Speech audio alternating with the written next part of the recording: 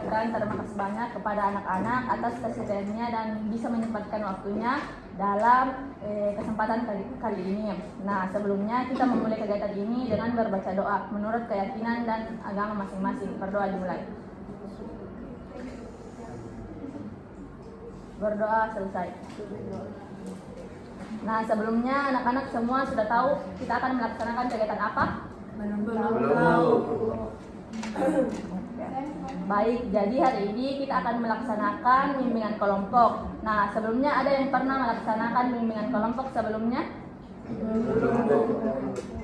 Jadi, bimbingan kelompok itu adalah salah satu layanan dalam bimbingan dan konseling yang terdiri dari pemimpin kelompok yaitu ibu guru sendiri dan anggota kelompoknya itu adalah kalian. Nah, di mana yang topik yang dibahas itu adalah ada satu topik yang ditentukan dan di dalamnya itu terkait dinamika kelompok. Apakah sejauh ini anak-anak paham?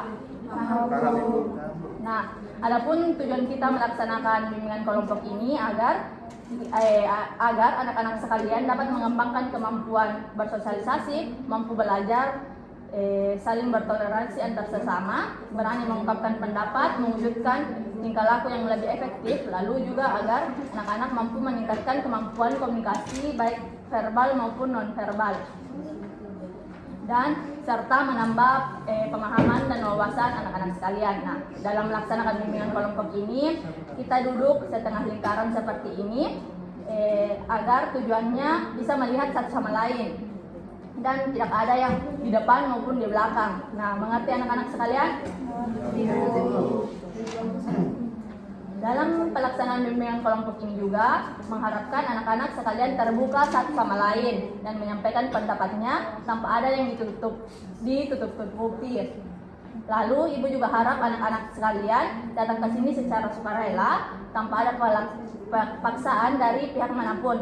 Ibu harap anak-anak sekalian mampu mengikuti kegiatan ini dengan sabar, saling menghargai pendapat teman yang lain dan berbicara dengan sopan saat melaksanakan kegiatan bimbingan. Lalu ibu harap kalian mengikuti kegiatan ini dengan berpartisipasi secara aktif, dengan bertanya maupun menyampaikan pendapatnya, dan mampu berkomitmen untuk tidak membicarakan apa yang kita bicarakan selama kegiatan kelompok ini berlangsung. Sejauh ini masih paham anak-anak? Masih, Bu. Nah, selanjutnya agar kita saling mengenal lebih dekat, kita perkenalkan diri terlebih dahulu dengan rangkaian nama, dimulai dari ibu. Perkenalkan, nama ibu Fauzia Fania, biasa dipanggil Fauzia. Selanjutnya di sebelah kanan ibu perkenalkan diri dengan menyebut nama, menyebutkan nama panggilan dan sebutkan orang di sampingnya, begitu seterusnya. Misal ini, atas nama siapa? Aisyah, Bu. Ya, sebutkan misal, perkenalkan nama saya Aisyah, biasa dipanggil apa? Lalu selanjutnya, perkenalkan namanya siapa? Nabila, Bu. Nama saya yang di samping saya itu namanya Aisyah, perkenalkan saya sendiri ini namanya Nabila, begitu. Selanjutnya dilanjut sampai orang terakhir. Sudah paham? Paham. Ya, sekarang dimulai dari Aisyah.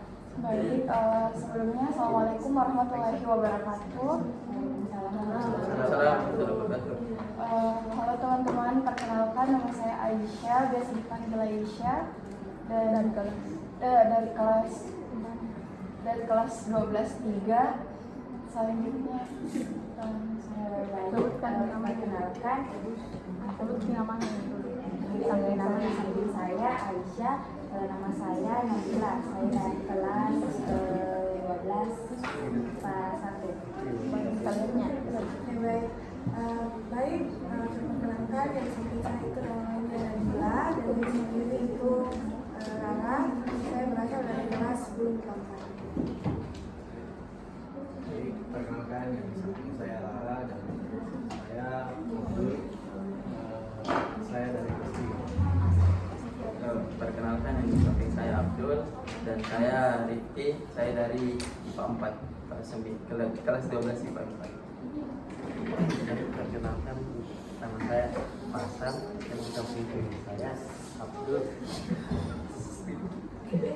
Saya selanjutnya. Oke, baik.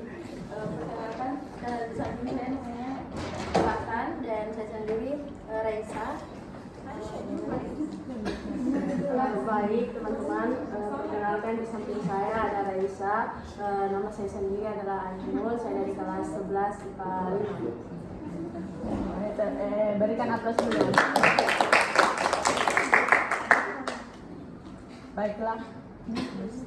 Baiklah, tadi kita sudah perkenalan dengan rangkaian nama serta saling mengenal satu sama lain. Nah, selanjutnya itu kita akan melakukan ice breaking sebelum pemberian materi.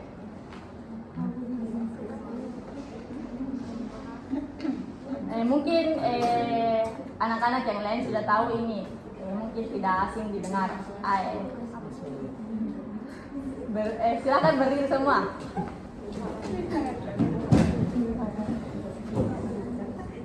Siapa yang sudah hafal? Silakan Nabila pimpin. 1, 2, 3. Tangan ke atas menggapai bintang, tangan ke samping yang lain bergerak. Tangan ke depan ikan berenang, duduk yang rapi siap terima materi.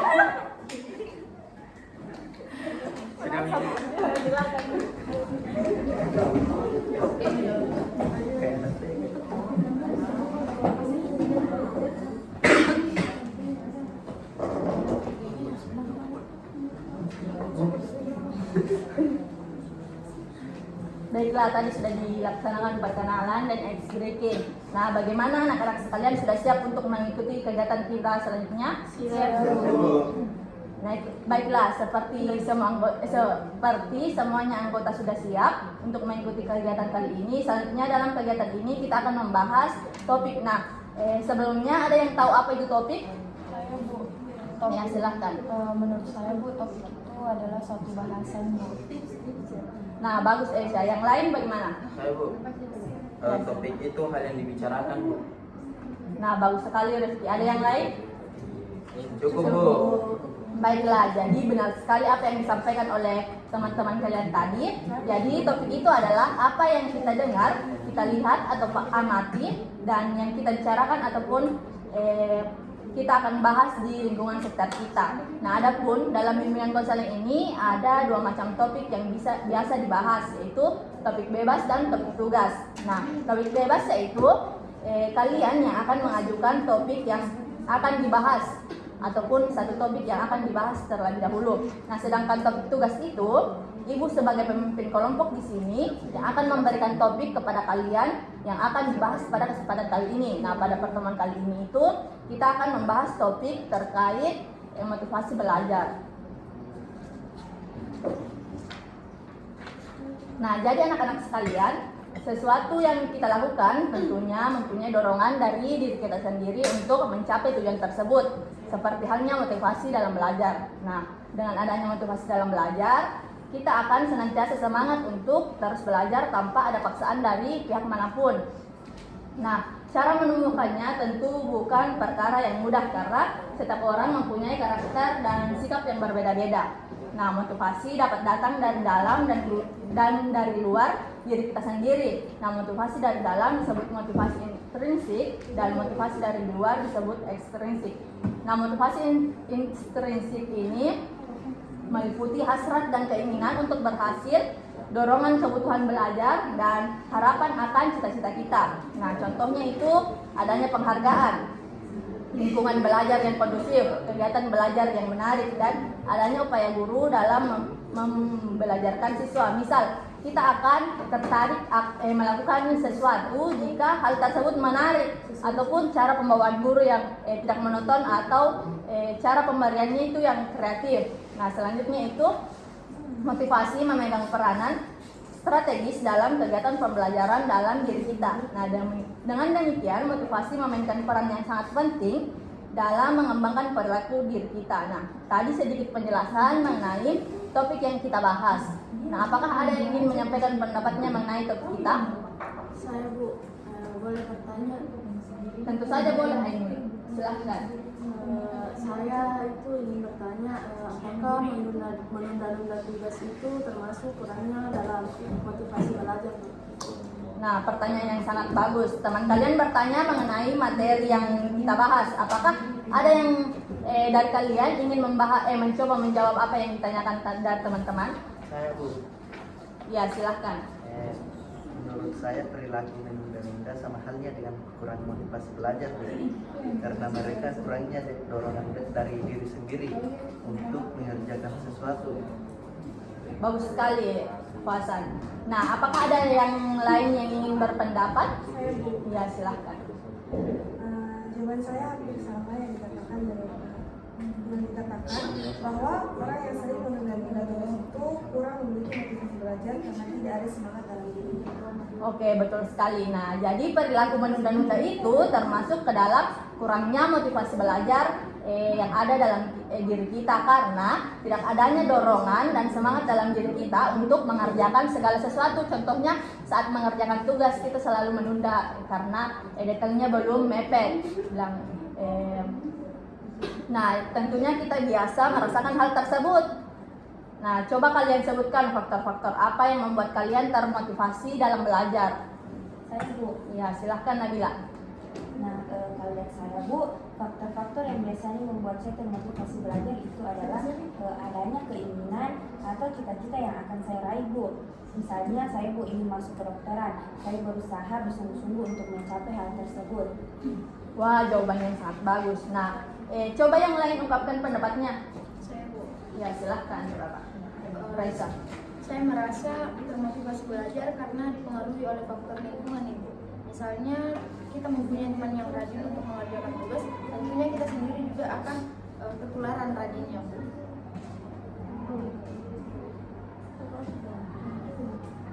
Saya setuju dengan apa yang dikatakannya karena saya juga mengalami hal tersebut. Wah, bagus. Yang lain bagaimana? Karena yang lain bagaimana? Ayo ungkapkan pendapatnya semua. Saya Bu. Ya, silahkan. Saya merasa termotivasi untuk belajar karena adanya kemauan dari dalam diri saya Bu. Karena jika saya mau pasti saya bisa selesaikan. Betul sekali apa yang dikatakan Aisyah Bu. Karena jika rasa malas saya datang, pasti yang sesuatu akan saya tinggalkan begitu saja Ibu. Nah, ya yang paling penting itu ada kemauan dari dalam diri kita sendiri. Bagus sekali. Bagaimana dengan yang lainnya? Sudah cukup. Nah, baik. Tadi jelaskan apa saja yang membuat kalian termotivasi dalam belajar. Ada yang menyebutkan karena adanya keinginan dari diri sendiri, ada dari pengaruh dari lingkungannya, serta kemampuan dari dalam diri kita. Nah, selanjutnya Ibu ingin bertanya, apa saja yang membuat kalian kurang bersemangat dalam belajar? Saya Bu. Ya, silahkan Aisyah. Kalau dari saya Bu, hal yang membuat saya kurang bersemangat dalam belajar itu ialah cara pemberian atau penyampaian materi oleh guru mapel tersebut Bu, yang monoton dan tidak menggunakan metode belajar yang menyenangkan. Iya, saya setuju Bu, karena biasanya ada beberapa guru yang langsung memberikan tugas tanpa menjelaskannya. Jadi kalian kurang bersemangat jika pembawaan materi yang diberikan guru itu menonton dalam pembelajaran. Bagaimana pendapat yang lain? Saya Bu, Ya, silahkan. biasanya kurang bersemangat mengerjakan tugas karena tugasnya terlalu banyak Bu, dan waktu yang diberikan itu sebentar. Jadi biasanya saya masih sering menunda-nundanya Bu. Karena pengaruh tugas yang banyak dan deadline yang dekat ya. Baik. Selanjutnya yang lain.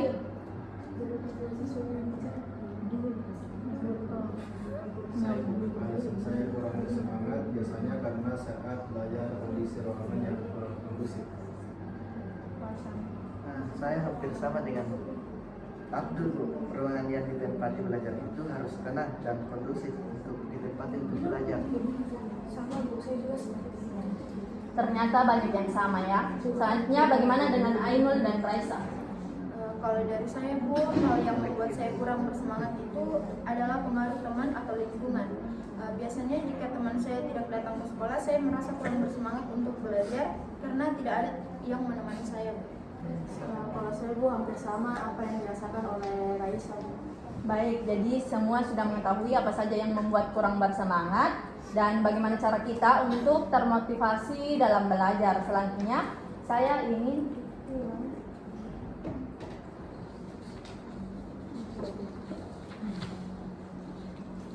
bertanya, apa komitmen kalian semua untuk mencegah hal-hal yang membuat kalian kurang bersemangat untuk dalam belajar untuk kedepannya? Saya Bu. Ya, silahkan Rara. saya akan lebih mengenal diri saya dan belajar untuk meningkatkan semangat saya dalam belajar. Bagus. Ada yang ingin berpendapat lagi?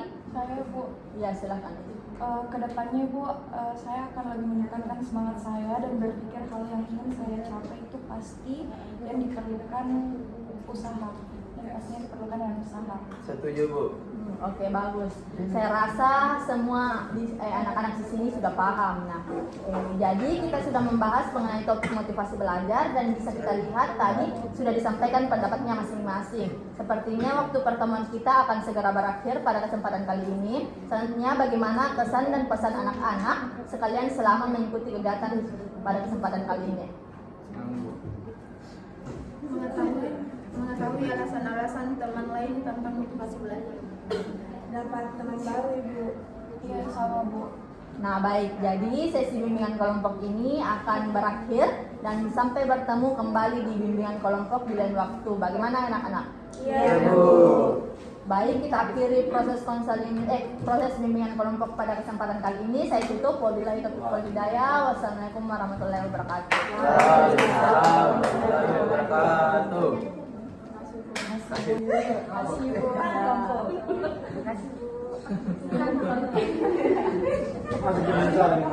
kasih.